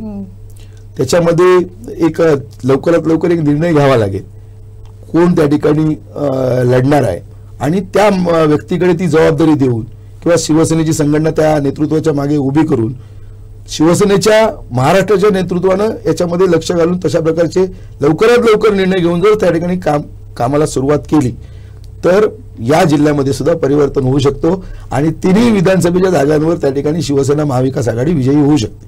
बरोबर. पण आता सध्या विशेष चर्चेत नाव आहे विधानसभेसाठी ते म्हणजे कणकवली मतदारसंघावर सगळ्यांचं लक्ष आहे. नेमकं इथून कोणाला उमेदवारी मिळणार याची सुद्धा चर्चा आहे. तुम्ही आता म्हटलेत की अनेक जण इच्छुक आहेत, त्यात तुमचं सुद्धा नाव आहे. नाही, मी तर मागच्या वर्षीच मागच्या 5 वर्षापूर्वी विधानसभेला निवडणुकीचा अर्ज भरला होता. मी माझे सगळे सहकारी घेऊन, समर्थक घेऊन मी हजारोंच्या संख्येनं माझा अर्ज त्या ठिकाणी दाखल केला होता. मी त्यावेळीच म्हणजे मागच्या 5 वर्षापूर्वीच कणकवली विधानसभेची निवडणूक मी लढवणार आणि तशा प्रकारचा अर्ज मी भरलेला होता. त्यामुळे मी इच्छुक तर आहेच. मी मगाशी आपल्याला म्हणालो की मी सरपंच पदापासून सुरुवात केली, मी नगराध्यक्ष झालो, मी सिंचन महामंडळाचा उपाध्यक्ष झालो, पर्यटन महामंडळावर सुद्धा त्या ठिकाणी माझी म्हणजे अनेक जबाबदाऱ्या मला मिळाल्या. पण माझं असं म्हणणं की कधी ना कधी महाराष्ट्राच्या विधानसभेमध्ये जाऊन त्या ठिकाणी एक संधी जर त्या ठिकाणी मिळाली जनतेच्या आशीर्वादानं तर निश्चित त्या पदाला न्याय देण्याचा प्रयत्न माझा राहिला आणि म्हणून माझी इच्छा आहे की जर मला संधी मिळाली तर नक्की मी संधीचं सोनं करेल. पण शेवटी हा निर्णय पक्षाचा आहे. पक्षश्रेष्ठी किंवा महाराष्ट्राचं नेतृत्व जे निर्णय घेईल तो निर्णय स्वीकारूनच त्या ठिकाणी आपल्याला काम करावं लागणार आहे. आणि म्हणून मी नुसतंच मी कणकवलीचं नाही, मी माझ्या महाराष्ट्राच्या नेतृत्वाकडे मी त्या ठिकाणी मी सावंतवाडी मतदारसंघामध्ये सुद्धा इच्छुक आहे म्हणून मी त्यावेळी सांगितलेलं होतं की 2 मतदारसंघामध्ये निवडणूक जर तुम्ही मला संधी दिलीत तर मी ही निवडणूक लढवण्यास इच्छुक आहे मी सांगितलं. त्यामुळे माझ्यामध्ये आजही धमक आहे लढण्याची, आजही माझी तयारी आहे. पण आज जनतेचं प्रेमही तितकंच आहे, नक्की त्या ठिकाणी जनतेचा आशीर्वाद मिळेल. पण आज ज्या निवडणुका होत आहेत ह्या निवडणुका म्हणजे लोकमतावर होत नाहीत, या सगळ्या धनशक्तीच्या जोरावर त्या ठिकाणी होत आहेत. आणि त्यामुळे शेवटच्या 2 दिवसात जो कोण त्या ठिकाणी आर्थिकदृष्ट्या सक्षमपणे निवडणुकीची सगळी जबाबदारी स्वीकारेल, सामनाम दंडभेद सगळे तोच या निवडणुकीमध्ये विजय होऊ शकतो अशी आजची परिस्थिती आहे. पण या परिस्थितीला सुद्धा आपण त्या ठिकाणी उत्तर देऊ शकतो. जर जनतेचा जर उद्रेक झाला, लोकांनी ठरवलं, तरी त्या ठिकाणी पैसा सुद्धा काम करू शकत नाही. म्हणजे ठीक आहे, या मतदारसंघामध्ये पैसा उपयोगी पडला, धनशक्तीमुळे एका विजयी झाला, पण महाराष्ट्रामध्ये सगळीकडेच अशा पद्धतीने पैसे खर्च केले होते विरोधकांनी. पण त्या ठिकाणी 31 जागा या महाविकास आघाडीच्या आल्या. म्हणजे कधी कधी जनतेचा उद्रेक आहे ना, हा उद्रेक सुद्धा तुम्ही सगळ्या पैशानेच सगळ्या निवडणुका जिंकता येत नाहीत. तुमच्याकडे तशा प्रकारची संघटना असावी लागते, यंत्रणा असावी लागते, आणि लोकांपर्यंत तुमचं नेतृत्व किंवा तुमची भूमिका ही त्या ठिकाणी पोहोचली पाहिजे. अशा प्रकारचं जर तुमचं काम असेल आणि जनतेमध्ये त्या ठिकाणी जर तशा पद्धतीने तुम्ही जाल, तर नक्की तुम्ही यशस्वी होऊ शकता. असं काय हे नाही. म्हणजे कोणीही जी व्यक्ती समजा एखादी आज प्रस्थापित झाले, ती ज्यावेळी प्रस्थापित होण्यापूर्वी ती सर्वसामान्यच असते. सर्वसामान्य सातत्यानं त्या ठिकाणी निवडून येतो आणि मग करता करता तो प्रस्थापित होतो आणि त्याची जनतेशी नाळ तुटते आणि त्यावेळी जनतेचा उद्रेक होतो. हे कधी ना कधी होणारच आहे. 10 वर्षापूर्वी हे घडलं. राणे स्वतःला त्या ठिकाणी या जिल्ह्याचे सर्व समजत होते. ते महाराष्ट्राचे मुख्यमंत्री राहिले होते आणि पण वैभव नाईकांसारख्या एका तरुण सहकार्याकडनं ते मालवण कुडाळच्या निवडणुकीमध्ये पराभूत झाले. हा इतिहास आहे. त्यामुळे सातत्यानं म्हणजे तळागाळात कोण या जिल्ह्याचं नेतृत्व करेल अशी परिस्थिती नाही. जो आपण जिल्ह्याचा प्रवास बघितला किंवा आमच्या राजकीय जडणघडणीमध्ये पूर्वी हा समाजवाद्यांचा बालेकिल्ला होता, जनता दल या ठिकाणी होतं. नंतर त्या ठिकाणी काँग्रेस सत्तेमध्ये आली. काँग्रेस जाऊन त्यानंतर त्या ठिकाणी पुन्हा शिवसेना सत्तेमध्ये आली. शिवसेना सत्तेमध्ये जाऊन आज पुन्हा या जिल्ह्यामध्ये भाजप, राणे भाजप आणि भाजप त्या ठिकाणी एकत्रितपणे त्या ठिकाणी दिसते. त्यामुळे परिवर्तन हा निसर्गाचा नियम आहे. बदल हे सातत्याने होत असतात. आपण आपली लढाई जी आहे ती सातत्याने जर समजा योग्य पद्धतीने लढत राहिलो तर त्या ठिकाणी आपण म्हणजे यशस्वी होऊ शकतो. ठीक आहे, काही ठिकाणी माझेच निर्णय चुकले. ज्यावेळी मी जी भूमिका घ्यायची होती ती नेमकी चुकीची घेतली आणि त्यामुळे त्याचा फायदा जो लोकांचं प्रेम होतं, लोकांचा विश्वास होता, पण माझे निर्णय चुकल्यामुळे जी संधी होती ती संधी मला मिळाली नाही आणि त्यामुळे त्या ठिकाणी विरोधकांना मिळाली आणि त्यामुळे ते नेतृत्व मोठं झालं. ठीक आहे, आजही आपण तशा पद्धतीनं काम आपलं सुरू आहे. निर्णय सगळे चुकले, काही बरोबर राहिले, जे काय आहे ते स्वीकारून आता आपण पुढे चाललेलो आहे. बघू काय होतंय. पण आज जर संधी मिळाली विधानसभेसाठी, मग तो कुठल्याही मतदारसंघातून असेल, पण जर आपण याचा विचार केला, आता लोकसभा होऊन गेली आहे, त्यामध्ये कणकवलीमध्ये विरोधकांचं वाढलेलं लीड असेल आणि त्यानंतर सावंतवाडीतूनही ते लीड वाढलेलं आहे आणि अर्थात तुम्ही या दोन्ही मतदारसंघामधून इच्छुक आहात असं आता तुम्ही म्हटलं. जर मतांची जर गणित मांडायची झाली, समीकरणं जर जुळवायची झाली, तर आता कशा पद्धतीनं तुमच्या समोरची ही आव्हानं असतील. मुळात 2 मातब्बर नेते पुन्हा एकदा निवडणूक लढवण्याची सुद्धा शक्यता आहे, त्यांचं तुमच्या समोर आव्हान आहे. दुसरीकडे 2 वर्षांपूर्वी झालेला सत्ता बदल असेल, त्यात शिवसेनेचा पक्ष म्हणजे शिवसेने नाव गेलंय, त्यानंतर चिन्ह तुमच्याकडून गेलंय, आता ते चिन्ह पुन्हा एकदा तळागाळामध्ये पोहोचवण्याचं आव्हान असेल. ही अनेक आव्हानं असेल. काय वाटतं कशा पद्धतीनं पेलू शकतो? आम्ही या आव्हानाला सामोरे गेलेलेच आहोत ना. पक्ष फुटल्यानंतर आमच्या जिल्ह्यामध्ये शिवसेना सोडून काही लोक शिवसेना सोडून गेले असतील.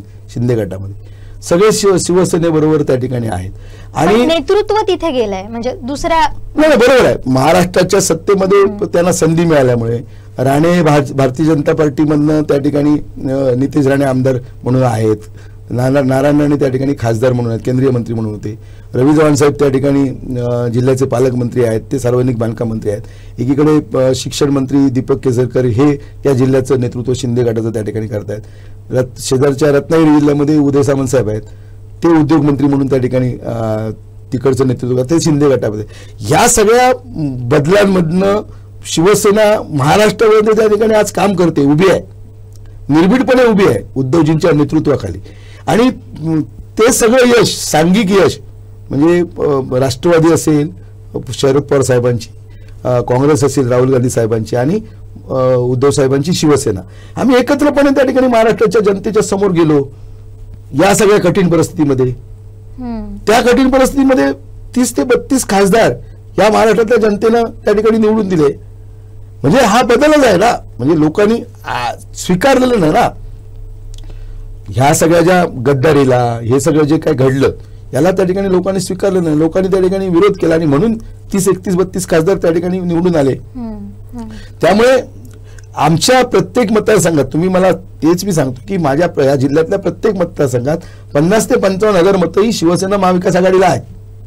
जिंकण्यासाठी जी 30,000 मतं ही आपल्याला यायची. मगाशी तुम्ही म्हणालात या मतदारसंघामध्ये 32,000चं मताधिक्य हे राणे भाजपला त्या ठिकाणी आहे. वैभव नाईकांच्या मतदारसंघामध्ये 27,000चं आहे आणि माझ्या कणकवली मतदारसंघामध्ये 42,000चं आहे. म्हणून एकूण 1,02,000चं मताधिक्य आहे हे वास्तवच आहे ना. म्हणजे मगाशी मी म्हणालो सिंधुदुर्ग जिल्ह्यातल्या जनतेला नेमकं काय हवं हा प्रश्न माझ्या समोर आहे एक जिल्हा प्रमुख म्हणून. आणि जो पराभव झाला जिल्हावासियांनी जर समजा त्या ठिकाणी आम्हाला साथ दिली असती, रत्नागिरी जिल्ह्यामध्ये 50,000चं मताधिक्य शिवसेनेला आहे ना, खासदार विनायक राऊत साहेबांना महाविकास आघाडीला आहे. त्यामुळे आम्ही या जिल्ह्याच्या जो आम्हाला या जिल्ह्यामधलं जे मतदान आम्हाला कमी झालं त्याच्यामुळेच आम्ही या मतदारसंघामध्ये रत्नागिरी लोकसभा सिंधुदुर्ग मधल्या लोकसभेमध्ये आम्ही पराभूत झालो. म्हणून आम्ही त्याचं आत्मपरीक्षण करून कशा पद्धतीनं हा जो म्हणजे प्रत्येक मतदारसंघामध्ये 30,000 मतं कशी वाढवता येतील हा जर प्रयत्न त्या ठिकाणी आम्ही केला तर आम्ही यशस्वी होणार आहे. कारण हेच मतदार उद्या परत मतदान करणार आहेत. म्हणजे जे आज प्रत्येक मतदारसंघात मतदान झालंय तेच जिल्ह्यातले नागरिक किंवा मतदारसंघातले मतदार सुज्ञ मतदार हे मतदान करणार आहेत. आणि त्यांच्यापर्यंत कशा पद्धतीने पोहोचायचं, त्यांचं मतपरिवर्तन कसं त्या ठिकाणी करायचं आणि शिवसेनेचा महाविकास आघाडीचा विचार कसा रुजवायचा हा प्रयत्न येत्या 3 महिन्यामध्ये जर आपण केला तर या जिल्ह्यामध्ये सुद्धा आम्ही यशस्वी होऊ शकतो. कारण असं नाही आहे की यापूर्वी खासदार विनायक राऊत 2 वेळा खासदार होते, आमदार वैभव नाईक 2 वेळा आता आमदार आहेत, पुन्हा ते तिसऱ्यांदा त्या ठिकाणी आमदार होणार आहेत. म्हणजे शिवसेनेला जिल्ह्यातल्या जनतेनं महाविकास आघाडीला पूर्णतः नाकारलेलं नाही. पण जो काय या लोकसभेमध्ये जे काय घडलं त्याच्यामध्ये ते का घडलं, कशामुळे घडलं याचा जर गांभीर्याने विचार केला आणि तशा पद्धतीनं पुढची जर समजा रणनीती ठरवली तर आपण या जिल्ह्यामध्ये सुद्धा यशस्वी होऊ शकतो. कारण कालची निवडणूक ही सगळेच एकत्र होते, मनसे एकत्र होती, शिंदे गट एकत्र होता, राणे भाजप एकत्र होती, भाजप एकत्र होती आणि म्हणजे सगळेच छोटे मोठे पक्ष सगळे मिळून एक होते. आता विधानसभेमध्ये काय नवीन स्ट्रॅटेजी होईल, प्रत्येक जण मनसे म्हणते की आम्ही स्वतंत्र उमेदवार त्या ठिकाणी उभे करणार, हे पण होऊ शकतं. आमच्यामध्ये सुद्धा आज आम्ही एकत्रितपणे सामोरं जाणार अशा प्रकारचं ठरतंय. पण समजा ते ठरलं नाही, स्वतंत्र प्रत्येकाला लढावं लागलं, काय नेमकी राजकीय परिस्थिती त्या काळामध्ये निर्माण होते त्याच्यावर पुढच्या निवडणुकीचं भवितव्य त्या ठिकाणी अवलंबून आहे. आज जरांगे पाटील सुद्धा सरकारला त्या ठिकाणी चॅलेंज करतायत, ते सुद्धा आपण 288 जागांवर त्या ठिकाणी लढणार अशी भूमिका मांडतात.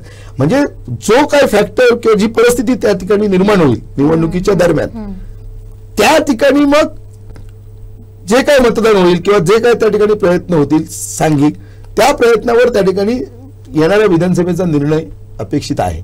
त्यामुळे एका निवडणुकीमधनं काय आम्ही आत्मविश्वास गमावलेला नाही.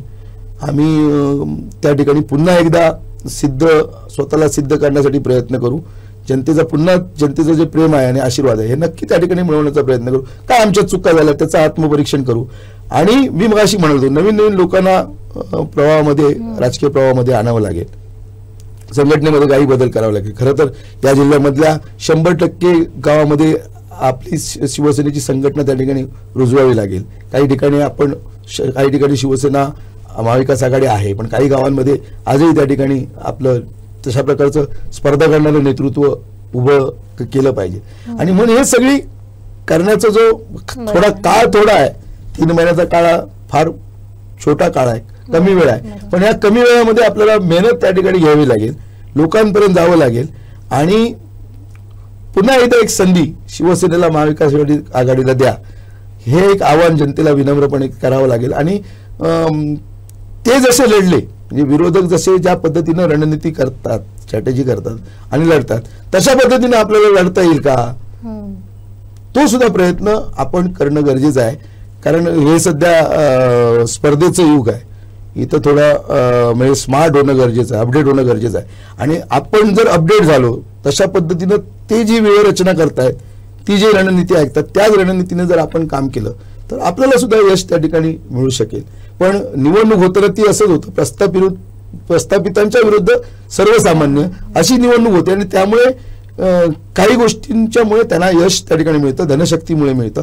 आणि म्हणून आपण सुद्धा त्या पद्धतीने लढू शकतो का, तर ती त्या पद्धतीने आपण लढण्याचा प्रयत्न करणं गरजेचं आहे, तर त्या ठिकाणी यश मिळेल. कारण आज एक कार्यकर्त्यांमध्ये एक पराभवानंतर एक निरुत्साह निर्माण होतो, तो निरुत्साह घालून एक नवीन ऊर्जा निर्माण करावी लागेल कार्यकर्त्यांमध्ये. त्यांना पुन्हा एकदा अनेक शिवसेनेचे निष्ठावंत कार्यकर्ते आहेत, महाविकास आघाडीचे कार्यकर्ते आहेत, त्यांना मानसिकदृष्ट्या म्हणजे आपण जिंकू शकतो हा एक विश्वास जर आपण दिला आणि त्या पद्धतीने जर सगळं प्रत्येक जण कामाला लागले तर यश नक्की त्या ठिकाणी मिळू शकतो. बरोबर. अतिशय महत्त्वाचे मुद्दे तुम्ही या निमित्तानं मांडलात. पण आता हा सगळा झाला राजकीय भाग, पण एवढंच संदेश पारकर म्हणजे राजकीय किंवा सामाजिक एवढ्याच पुरतं हे नेतृत्व मर्यादित नाहीये, तर तुम्ही उत्तम गायक सुद्धा आहात, वक्ते पण आहात. आता आम्ही ते सगळे गोष्टी बघितल्याच वक्तेपणाच्या, पण गायक पण आहात आणि त्या व्यतिरिक्त आणखीन कुठले छंद आहेत आणि या सगळ्या गोंधळात कसा वेळ देताय? नाही, कॉलेजच्या जीवनामध्ये काय हौशी गायक असं काय नाही, एक त्यावेळी गाण्यांची जर आवड होती आणि म्हणून ते हौस म्हणून त्या ठिकाणी केलं. मी कुठे काय शास्त्रीय संगीत किंवा संगीताचे काही धडेबिडे काही घेतलेले नाही, एक आवड म्हणून त्या ठिकाणी मी स्पोर्ट्समध्ये पण होतो, क्रिकेटमध्ये होतो, फुटबॉलमध्ये होतो, म्हणजे सगळ्याच क्षेत्रामध्ये थोडा वेळ त्या काळामध्ये दिला आणि त्यामुळे घडत गेलो प्रत्येक ठिकाणी. आणि आता असं वाटतं का की बाबा कुठेतरी आपली ही हौस किंवा आपला हा छंद पुन्हा एकदा जोपासा? नाही, मी कधीतरी म्हणजे मी काही लपवून ठेवलेलं नाही. मी आता म्हणजे शारीरिक दृष्ट्या सुद्धा त्या ठिकाणी म्हणजे आपण म्हणजे आज जरी युवा नेतृत्व म्हणून जरी माझ्याकडे लोक पाहत असले तरी मला जवळजवळ माझा आता 56 वर्ष त्या ठिकाणी सुरू आहे. पण तो जो उत्साह आहे, ती जी उमेद आहे, ती मी कायम त्या ठिकाणी निर्माण करण्याचा प्रयत्न केलेला आहे. आता ज्या काही सगळ्या गोष्टी आहेत त्या मी म्हणजे करण्याचा प्रयत्न करत असतो, कारण माझा स्वभाव आहे तसा मनमोकळा, म्हणजे मी काय लपून ठेवणारा कार्यकर्ता, जे मनात आहे ते ओटात आहे, त्या म्हणजे त्याचं असं वेगळं काय नाही आहे, तो मी आहे, जे आहे तो त्या पद्धतीत आहे. आणि त्यामुळे कधी ना कधी गाण्याचा प्रयत्न करतो, कधीतरी त्या ठिकाणी स्पर्धा, समजा मी स्वतः खेळत नसलो तरी भरवण्याचा प्रयत्न करतो, फुटबॉलची स्पर्धा, क्रिकेटची स्पर्धा, कुठेतरी कला क्षेत्रामध्ये एखादा कार्यक्रम, हे चालूच. कारण आता नव्या पिढीनं त्याच्यामध्ये येणं गरजेचं आहे. त्याने कारण आता अनेक म्हणजे आपण तर म्हणजे सिंधुदुर्गचा एक वेगळा पॅटर्न शिक्षण क्षेत्रामध्ये आता गेली 10 वर्ष आपण अनुभवतो. अनेक चांगली मुलं प्रत्येक म्हणजे आज शिक्षणाच्या संधी तेवढ्या प्रमाणात नाही, म्हणजे संस्था ग्रामीण भागामध्ये आहे, दुर्गम भागामध्ये आहेत, अनेक दळणवळणाची साधनं नाहीत, काही शहरामध्ये चांगलं शिक्षणाच्या सेवा संस्था आहेत. पण अशा परिस्थितीत सुद्धा माझ्या जिल्ह्यातला आज मुली असतील चांगल्या गुणवत्ता यादीमध्ये त्या ठिकाणी अव्वल स्थानावर प्रथम क्रमांक आहेत, म्हणजे गुणवत्ता क्षेत्रामध्ये त्या ठिकाणी आहे. अनेक आज मी पाहिलं की पूर्वी आम्ही जे होतो त्यावेळी पारंपरिक व्यवसायावरच त्या ठिकाणी जो आई वडिलांचा व्यवसाय आहे तोच व्यवसाय आपण पुढे न्यायचो. आता ती परिस्थिती नाही. आता पालक वर्गाची जबाबदारी स्वीकारलेली की आपल्या मुलांना चांगलं शिक्षण मिळावं. भले आपण कौटुंबिक दृष्ट्या जरी आर्थिक अडचणीमध्ये असलो, कुटुंबाला न्याय देण्याचा प्रयत्न, तरी ह्याला सगळ्याला बाजूला सारून मुलांचं जे शिक्षण आहे त्यांचं भवितव्य करिअर घडवायचं असा पालकांचा दृष्टिकोन आज राहिलेला आहे. आणि अनेक मुलं ही आज वेगवेगळ्या क्षेत्रामध्ये म्हणजे डॉक्टर असतील, वकील असेल, इंजिनियर असेल, ही जी काही सगळी क्षेत्र आहेत या क्षेत्रामध्ये आता जर बघितलं तर पुढची पिढी जी आहे ही अतिशय सुशिक्षित त्या ठिकाणी येणार आहेत. म्हणजे अशा प्रकारचं टॅलेंट, एवढी गुणवत्ता ठासून माझ्या जिल्ह्यातल्या त्या नव्या पिढीमध्ये आहे. मग ते थोडीशी राजकारणाकडे त्यांचा कल कमी दिसतोय, चांगली गोष्ट आहे. पण राजकारण क्षेत्र चांगलं आहे, पण त्यांनी आता वेगवेगळ्या क्षेत्रामध्ये त्या ठिकाणी मुलं त्या ठिकाणी आता काम करत आहेत आणि त्यामुळे त्यांच्या हातामध्ये उद्याचा सिंधुदुर्ग आहे. त्यामुळे आमच्या सिंधुदुर्गाचं भविष्य उज्ज्वल आहे.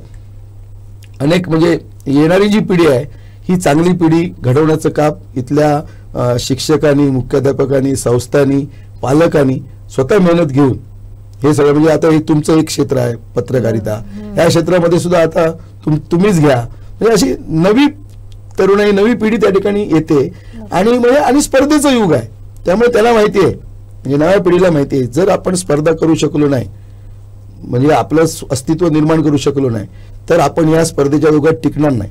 त्यामुळे त्याचा तो एक प्रभाव हा त्यांच्या व्यक्तिमत्वावर, जडणघडणीवर आहे आणि त्याचा फायदा भविष्यामध्ये सिंधुदुर्ग जिल्ह्याला होणार आहे. आणि म्हणून चांगली विद्याविभूषित माणसं, नवी पिढी ही सगळ्या क्षेत्रामध्ये यावी, राजकारणामध्ये यावी, शिक्षण क्षेत्रामध्ये, कला क्रीडा क्षेत्रामध्ये यावी आणि एक सिंधुदुर्गाची एक स्वतंत्र अशी एक वेगळी ओळख ही प्रत्येकानं त्या ठिकाणी आपल्या कर्तृत्वातून निर्माण करावी, असा एक विचार या सगळ्या नव्या पिढीबद्दल आहे. आणि मी आशादायी आहे, मी आज गुणवंतांचे सत्कार तिन्ही तालुक्यामध्ये करतोय, त्या सगळ्या लोकांशी, विद्यार्थ्यांशी भेटलो, गेले अनेक वर्ष करतो, म्हणजे आज काही नवीन नाही, पण त्यांच्यामधला जो आत्मविश्वास आहे, म्हणजे अतिशय प्रतिकूल परिस्थितीमध्ये ती मुलं घडतायत, शिक्षण घेत आहेत, आपल्या जबाबदाऱ्या समजतायत आणि शिक्षणाला महत्व देऊन आपलं करिअर घडवण्याचा त्यांचा प्रयत्न आहे. की मागच्या 10-15 वर्षाच्या काळात काय झालं की 10-15-20 हजारची नोकरी काय मिळेल अशी अपेक्षा त्या तरुणांची असायची. आता ते नाही, आता थोडासा बदल झालाय, शिक्षणाकडे प्रत्येकाचं लक्ष झाल्यामुळे नव्या पिढीकडनं फार मोठ्या जिल्हावासियांच्या अपेक्षा आहेत की त्यांनी काहीतरी प्रत्येक क्षेत्रामध्ये, हे ज्या सगळ्या क्षेत्र आहेत वेगवेगळी, म्हणजे पत्रकारिता आहे, कला क्रीडा आहे, आरोग्य आहे, शिक्षण आहे, राजकारण आहे, या सगळ्यामध्ये त्यांनी प्रत्येकाने त्या ठिकाणी एक आवड, प्रत्येकाला त्या निमित्ताने ती आवड असली पाहिजे, आवड स्वतःची करावी, निर्माण करावी, ध्येय ठरवावं आणि त्या ध्येयाची जर मेहनत घेतली, कठोर परिश्रम घेतली तर नक्की त्या ध्येयाकडे वाटचाल करताना ते नक्की यशस्वी होते. एवढी गुणवत्ता, टॅलेंट त्यांच्यामध्ये ठासून भरलेला आहे. आणि म्हणून येणाऱ्या 10-15 वर्षामध्ये सिंधुदुर्गाचं चित्र फार मोठं आशादायी आपल्याला दिसेल. आणि याला धरून तुम्हाला मी प्रश्न विचारेन, आणि शेवटचा प्रश्न अर्थात आशादायी जर हे व्हायचं असेल तर तुमचं आधी स्वतःचं काय व्हिजन आहे सिंधुदुर्गसाठी विशेषतः? नाही, मी मगाशीच म्हणालो की व्हिजन, जे राज्यकर्ते आहेत या जिल्ह्याचं, जे नेतृत्व, वेगवेगळ्या पक्षाचे पदाधिकारी असो किंवा नेते असो, त्यांचं नेतृत्व, त्यांचं व्हिजन हे जिल्ह्याच्या विकासाचं हवं आणि ते शाश्वत विकासाचं हवं. नुसतं तात्पुरतं, मगाशी मी म्हणालो मतदारांना पैसे दिले आणि आपण जिंकून आलो, झाला एक दिवस गेला, पण 5 वर्ष काय, म्हणजे सिंधुदुर्ग जिल्ह्यावासियांचं भवितव्य हे 5 वर्षासाठी अंधारामध्ये आहे. मग जर त्या ठिकाणी ते जर शाश्वत विकास या जिल्ह्याचा झाला, या जिल्ह्यामध्ये रोजगार निर्माण झाला, या जिल्ह्यामध्ये शिक्षणाच्या सगळ्या सोयी निर्माण झाल्या, या जिल्ह्यामध्ये आरोग्यात, म्हणजे आपण हॉस्पिटल्स असतील, ही मोठी मोठी हॉस्पिटल झाली, इथंच उपचार झाले तर अनेक जणांचे प्राण वाचतील, अनेक अपघातांवर त्या ठिकाणी तातडीनं उपचार होतील. म्हणजे ह्या सगळ्या क्षेत्रामध्ये समजा त्याचं समजा 10-15 हजारच्या ऐवजी समजा तर तो 1 लाख रुपये समजा पगार घेऊ लागला, शासकीय अधिकारी झाला, सनदी अधिकारी झाला, तर अशा पद्धतीनं जर त्यांच्यामध्ये आर्थिक सक्षमता आली तर तशा प्रकारचे निर्णय या जिल्ह्यामधनं व्हायला हवे. म्हणजे आज मी मग विकासाचा तुम्ही म्हणालात की रस्ता आज केला जातो, रस्ते आणि याच्यावरच नुसतं नाही, त्या मूलभूत गरजा झाल्या, रस्ते, वीज, पाणी, ह्या मूलभूत गरजा झाल्या, हा जनतेचा अधिकारच आहे, ते त्यांना मिळायलाच पाहिजे. पण शाश्वत विकास जो मी म्हणतो सगळ्या याच्यामध्ये, तो जर त्या ठिकाणी झाला आणि सगळ्यांनी मिळून, म्हणजे जे नेते नेतृत्व करतात त्या जिल्ह्याचं, त्या नेतृत्वानं जर त्या ठिकाणी राजकारण बाजूला सोडून अशा पद्धतीनं जर काम केलं तर नक्कीच त्याला जनाधार मिळेल, जनतेचा आशीर्वाद मिळेल. आणि मग त्याच्यामध्ये किती जरी त्या ठिकाणी स्पर्धा झाली तरी लोक शेवटी जो काम करतो त्या काम करणाऱ्या माणसावर त्या ठिकाणी विश्वास ठेवणार आहेत. कारण आपण महाराष्ट्रामधल्या, जर आपल्या जिल्ह्यामधलं राजकारण हे वातावरणावर आहे, ज्यावेळी आपण असं काही वातावरण निर्माण करतो त्यावेळी लोक त्या बाजूने झुकतात आणि तसं मतदान होतं. पण महाराष्ट्रामध्ये, उर्वरित महाराष्ट्रामध्ये किंवा पुऱ्या महाराष्ट्रामध्ये आपण बघितलं तर त्या ठिकाणी सहकार आहे, तिथं त्या ठिकाणी इंडस्ट्री आहे, उद्योग आहेत, व्यवसाय आहेत आणि प्रत्येक जण त्या ठिकाणी रोजगार आणि आर्थिकदृष्ट्या सक्षम आहेत आणि त्या सगळ्या गोष्टीवर अवलंबून आहे. शिक्षण संस्था आहेत, सूतगिरणी आहेत, म्हणजे असं सगळं मोठं व्यापक काम हे महाराष्ट्रातल्या प्रत्येक जिल्ह्यामध्ये त्या ठिकाणी उभं आहे. पण ह्या जिल्ह्यामध्ये ते दिसत नाही. या जिल्ह्यामध्ये ते निर्माण व्हायला पाहिजे. भले ते कोणी करावं, म्हणजे ज्या ज्या नेत्याला संधी आहे, त्यांच्याकडे जबाबदारी आहे, त्या नेतृत्वानं ते करावं.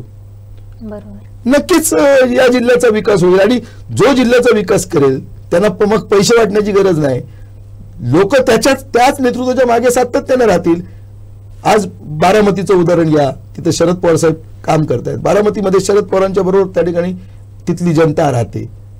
म्हणजे याचं कारण काय की मी उदाहरण दिलं. जर तशा पद्धतीनं जर आपण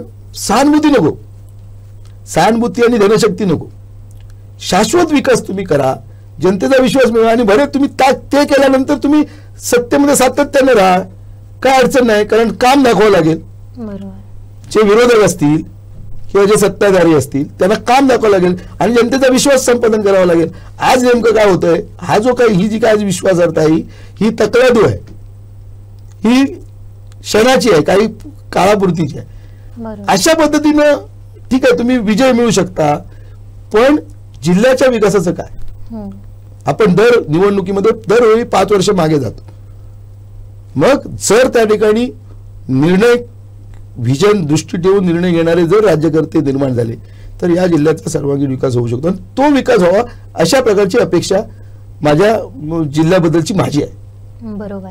आता जसं तुम्ही सर मुद्दे मांडलात की शाश्वत विकासाची आपल्या सिंधुदुर्गला विशेषतः गरज आहे आणि त्यासाठी आता दृष्टिकोन बदलणं फार गरजेचं आहे, जो तुमच्या बोलण्यातून आम्हाला जाणवला की काय केल्यामुळे हा बदल होऊ शकतो हे तुम्ही मांडलत. तुम्ही तुमचं व्हिजन या निमित्तानं जनतेसमोर ठेवलेलं आहे. त्यामुळे येणारा काळ हा तुमच्यासाठी अशाच पद्धतीचा एक वेगळी संधी घेऊन येऊ. आणि जसं तुम्ही म्हटलात की आमदारकीसाठी इच्छुक आहात, तर वाढदिवसाच्या याच तुम्हाला शुभेच्छा आहेत की ही सुद्धा संधी तुम्हाला लवकरच मिळो आणि तुम्हाला जिथं वाटेल तिथं तुम्ही नेतृत्व करावं, ती नेतृत्व करण्याची संधी तुम्हाला मिळो. सर धन्यवाद, तुम्ही आलात, आमच्याशी संवाद साधलात वाढदिवसानिमित्त, त्याबद्दल आपले मनपूर्वक आभार. कोकण सच्चे सुद्धा आभार. धन्यवाद सर. तर हे होते उद्धव बाळासाहेब ठाकरे पक्षाचे जिल्हा प्रमुख संदेश पारकर. वाढदिवसानिमित्त आपण त्यांच्याशी हा संवाद साधलेला होता. आता इथंच थांबतोय. पाहत रहा कोकणचं नंबर 1 महा चॅनल कोकणसाद लाईव्ह. धन्यवाद. थँक्यू.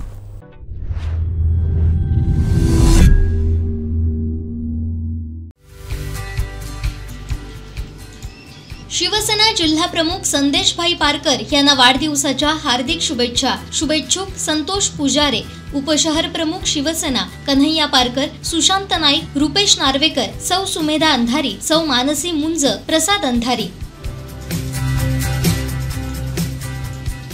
शिवसेना जिल्हा प्रमुख संदेश भाई पारकर यांना वाढदिवसाच्या हार्दिक शुभेच्छा. शुभेच्छुक वैभव मालणकर, कणकवली उपशहर प्रमुख, एसटी कामगार सेना तालुका प्रमुख, हिंद भारतीय कामगार सेना तालुका प्रमुख, माथाडी कामगार सेना जिल्हा चिटणीस.